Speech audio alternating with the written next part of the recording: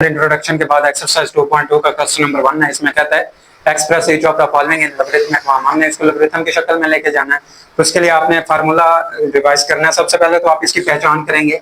अगर लिखा हुआ है 2 raise to the power 8 is equal to 256, तो इसमें ये बेस है पड़ी और ये एक्सपोनेंट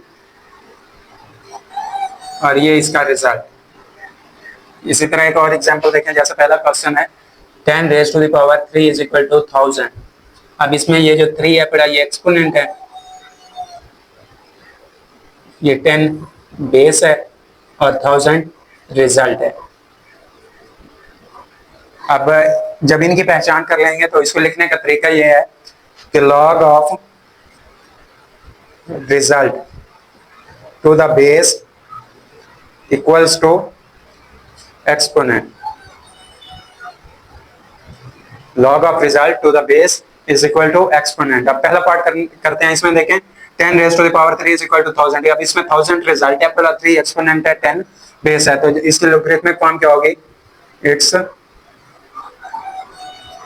लॉगरिथमिक फॉर्म इज क्या होगी? Log of result. रिजल्ट इसका क्या है? 1000 टू द बेस। बेस कितनी है? 10 दी हुई है, यहाँ पर जो बेस दी हुई है वो लिखने हैं, is equal to exponent. Exponent कितना था? 3। ये इसका आंसर होगा। इसी तरह इसका सेकंड पार्ट है। सेकंड पार्ट में क्या है? 2 raise to the power 8 is equal to 256, तो इट्स लॉगरिथमिक फॉर्म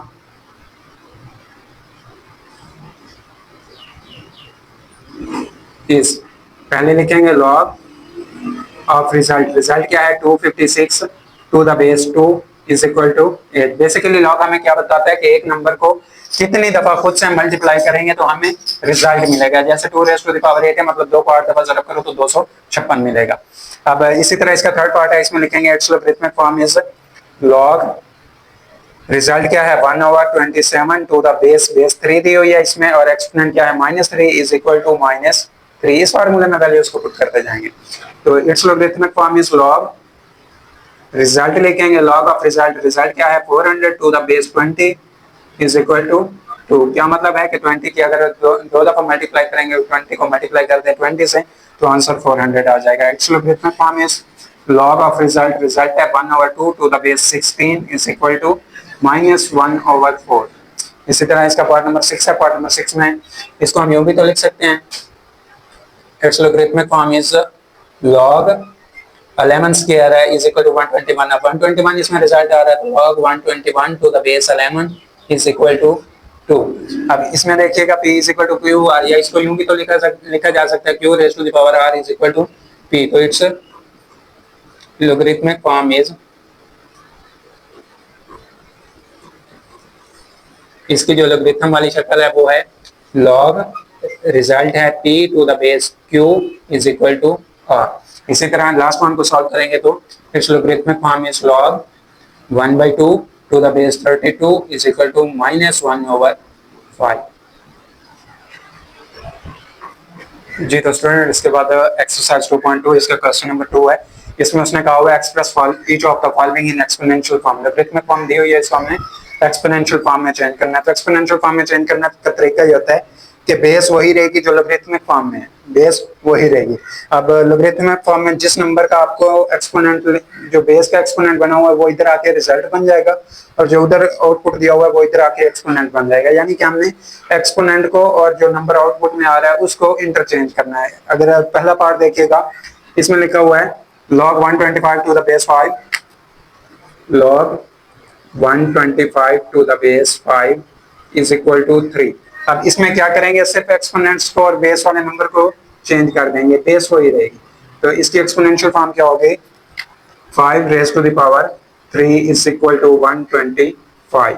इसी तरह अगला पार्ट है इसका log 16 to the base 2 it is equal to 4। तो इसमें सिर्फ यहाँ पर जो नंबर है वो जाके आगे आउटपुट बन जाता है, जो जहाँ पे नंबर है वो आके 2 की पावर बन जाएगा। तो जब इसको एक्सपोनेंशियल फॉर्म में लिखेंगे तो ये बन जाएगा 2 raise to the power 4 is equal to 16। ये इसके एक्सपोनेंशियल फॉर्म है।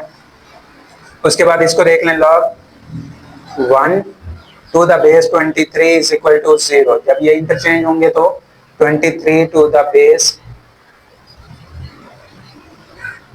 23 raise to the power 0 is equal to 1, और वो नंबर जिसकी पावर 0 वो 1 के इक्वल होता है, 1 इज इक्वल टू 1। उसके बाद यहाँ पर देखिएगा log 5 to the base 5 is equal to 1, तो इन दो को चेंज करेंगे, log 5 to the base 5 is equal to 1, इन दो को एक्सचेंज करेंगे तो